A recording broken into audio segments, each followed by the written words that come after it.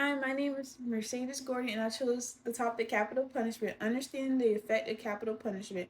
Communication 2045 W9 fall semester.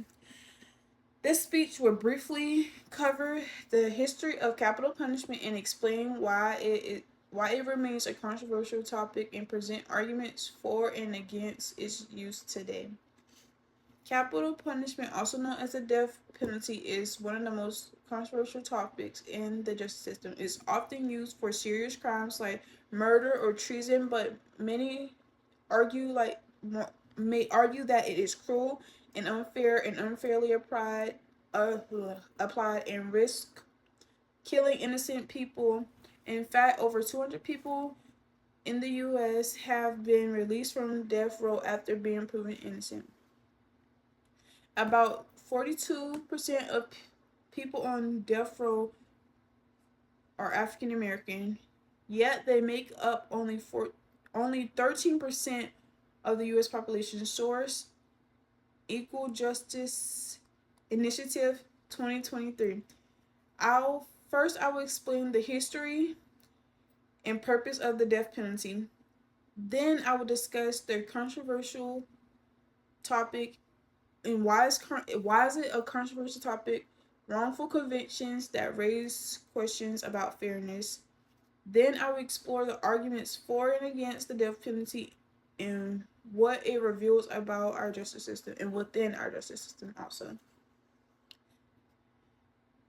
In the past, capital punishment was used to show power and control, often through public execution, meant to scare others from committing crimes, but other times many began to question, is this really justice? As Quran 2013 said, some crimes are so horrendous that only appropriate punishments that only risk is death. And this okay. So I chose this picture to represent the control and the power that they use the execution as, and to show people right here what happens when you commit a crime. Okay. There are major ethical concerns with the death penalty. Supporters say it brings justice and closure to victims' families. The opposite people will say it violates human rights and risks killing innocent people, as the Death Penalty Information Center of 2021 states.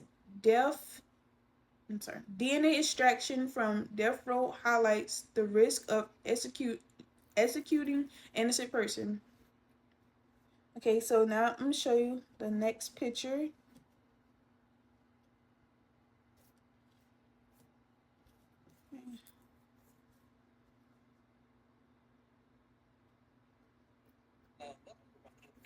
My name is Ian Runcliffe. And I chose a video for this one. Today I want to talk about an article that was just published in the Edmonton Journal, and the headline is Ex-Edmonton Police Officer Given Suspended Sentence for Lying in Court About Altering Traffic Tickets. Now, as usual, I'm not going to read the full article. I will link it in the description I below. chose this to show you like how often it is that people are wrongfully convicted here is that a police officer and that maybe sometimes it's a little too late. Issued a bunch of traffic tickets as part of a traffic operations. You know, they were just doing traffic enforcement, and he wrote 60 traffic tickets. The problem is that he screwed up a little bit. He gave people a court date that was actually a Saturday. Now, court doesn't sit on Saturday, so people wouldn't be able to attend court on their assigned court date. Now, this would not be the first time that an officer has made a mistake like this. It happens sometimes. Police officers are people too, and nobody is perfect, and, you know, these errors kind of happen sometimes. The usual sort of result on this is that a lot of people would just kind of get a lucky break and not have to worry about their tickets. Whereas some people, if their tickets were more serious and they really wanted to pursue it, they could go after those people and then, you know, issue them a new court date and basically say, we screwed up, but here's the... So I just basically wanted to show that video to show you basically how easy it is to be wrongfully convicted.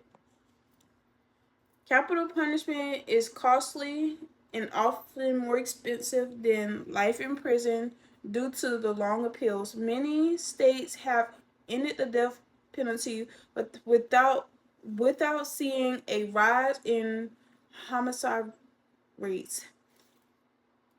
Every victim family often have mixed feelings about it. Does it serve justice for my child? Does it not? Okay, so I'm gonna show you these images right here for the people that's like against it here. So I chose these because other people want you to stop executions, and other people believe that execution slash the death penalty gives justice and kind of lifts the pain off of them. And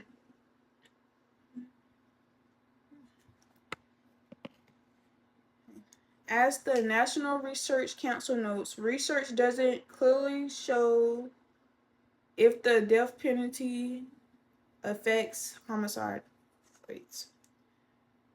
We begin by looking at the highlights of the death penalty, showing how it evolved from a tool of authority and control. And we also discuss the moral and ethical concerns, especially the risk of wrongfully convicting, and highlighting about the DNA extraction. I wrote my speech to inform the audience about capital punishment, its purpose, on how it impacts crime rates in the system, or if it affects the crime rates. Finally, we talked about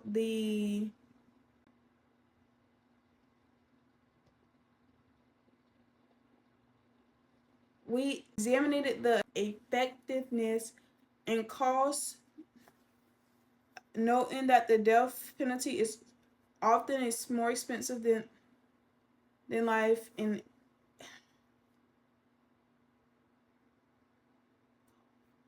imagine standing there knowing you're innocent and no one believes you. How many lives must have been lost before the justice system truly means fairness for us all?